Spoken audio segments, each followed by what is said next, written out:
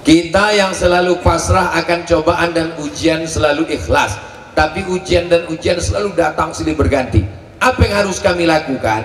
Apakah ini cobaan atau hukuman? Bagaimana nasihat Ustadz untuk kami? Terima kasih Pak Ustadz, semoga Ustadz Tengku Abdul Somad selalu dalam lindungannya, amin. Adakah manusia ini yang tidak diuji Allah Subhanahu wa Ta'ala?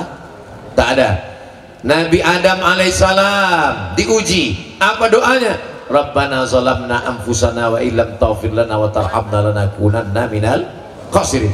Nabi Ibrahim diuji. Ujian pertama punya ayah Azar penyembah berhala. Ujian yang kedua menghadapi umat yang menyembah bintang gemintang. Ujian yang ketiga menghadapi umat yang menyembah berhala. Ujian yang keempat tidak punya anak. Ujian yang kelima punya anak mesti diasingkan ke tanah suci. Ujian yang keenam diminta untuk menyembelih anak.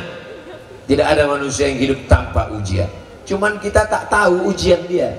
Enak kok ya, kemana-mana, jalan sana, jalan sini, aku tak bisa pergi jauh. Kenapa?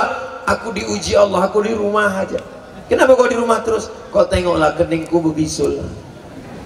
Kita sangka dia ini yang berjalan ke sana ke sini ini tak ada ujian.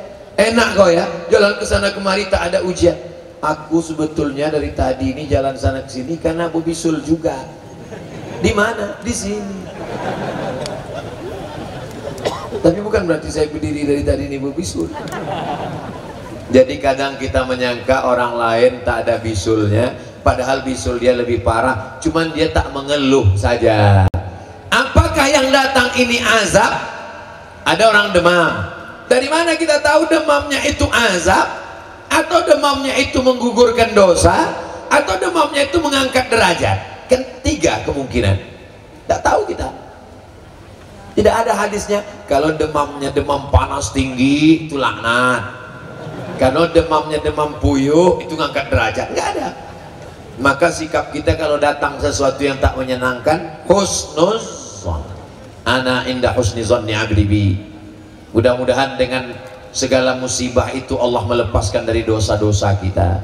La yusibul mu'min min nasabin wala wasabin wala saqamin wala syaukin. Orang yang duri menusuk tapak kakinya, demam panas, gundah gulana, sakit kepala, kafarallahu anhu biha sayyiati. Dengan itu Allah menghapuskan segala dosa-dosa.